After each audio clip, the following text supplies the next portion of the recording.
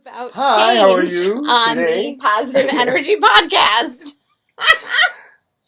Good morning, everyone. Today is part 2 of Mhm. our last video that we Yes. did on feeling overwhelmed. Yeah. I guess today, change is also a good topic, right? Yeah, we can go on forever about that, so we have to, keep it condensed. I typically just say change, deal with it. And it's inevitable. So I guess that's what we can call, Yeah, change deal is with it. inevitable. That's our show. Deal with it. Change, deal with it. We're not very sympathetic people. I'm just kidding. That sounds Hey, so the metaphysical side of this is, the existence of being is, Yes. it is that. Yeah. Change is inevitable. It's going to happen. Whether you are ready for it or not, whether you embrace it or not, whether you resist it or not. That's on you. It's going to happen. So you might as well. I think the espresso kicked in. Yeah, like the stress. My mom, I'm sorry. The 3 laws, I'm so going off on a tangent just for my That's mother. all right. Go ahead. My mother says, "What were you on the other day? You were just, oh my God." I said, "Coffee." I'm like, "Thanks, Mom. Thanks for the vote." No, I'm just kidding. I love you, Mom. I love my mom. She's so funny. Too much. Thank you so much for tuning in and listening all the time. Yeah, she's so supportive. Yeah, I get her my craziness from her. She always allowed me to be me, huh, Ma? Okay, so we talked about cry. Talking about the inevitability of change Yes. and it coming. When I think of change, I think of the opposite. Say, if things don't change is dynamic. Yeah. That's what allows things to happen. If things don't change, they become stagnant. Oh my God, that was the word I was thinking. There you go. Anyway. When you think about stagnant and stagnation and the idea of stillness, and again, I said, being still and doing nothing, not the same thing. Yeah, stagnant. Yeah, there you go. Think about a pond. That's what I'm like. That's what I was thinking. Algae. There you go. If you have a still pond that's stagnant, I think our vibrations there you go. are. No, that's it right there. You pick up all of this. Yeah. Nasty, dirty debris. It just literally settles on it. Settles. It's decaying dead stuff that's in there. So pleasant. So you need to have some kind of flow into that. We're using the natural environment to actually prove our point. If you have flowing water that has a flow into this pond as well as a release, always bubbling life in there. So we need to have the flow. We can't have the stagnation. There we have our proof. In order to deal with the change, we need to be able to go with the flow. That attracts flies and Correct. all that. Because if we get the stagnation, and I say this one, stagnation leads to decay. Decay leads to death. Yes. I accept death because I know it's inevitability. I'm sweaty. But I am not ready to embrace it by being stagnant. Nor am I.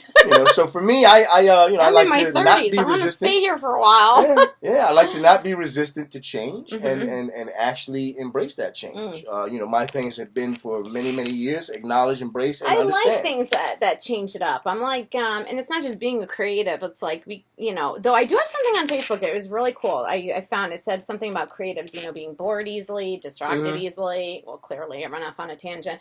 Just all these really cool things. And people would text me or email me, "Oh my God, I'm so happy you put this up. I'm not weird." I'm like, "No, you're not weird. It's just like a type of personality." I mean, that's right. I couldn't stand if things were the same every day and there wasn't any, I don't know.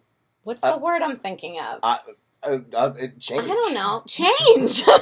If there were no change. If there, even if there's areas, wait till you hear the vocab. High entropy. High entropy. And areas of low. Oh my God, I said entropy. High entropy, chaos is change you won't believe. But like we talked about before, but that's the stuff that, I'd rather it be kind of orderly, well, so I'm looking for low good entropy. change. No, good change. Yeah, I mean, as like well as good. Not so much, negative and full of drama, but more the entropy that's, on the positive realm of things. But either way, it's still change. Yeah, and then I know if it's negative, it's because you're supposed to get something positive out of it. For me, the whole newness is refreshing. Refreshing. That's the word. Refreshing. Yes. The experience of going through what you're going through with the unknown outcome.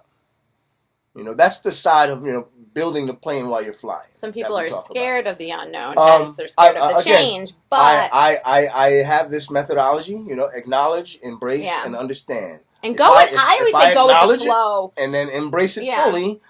the understanding comes. I try to say go with the flow for the people and I that just are find where I fit in with neurotic. that, and I end up going with the flow of where I fit in, so that I'm not being as resistant.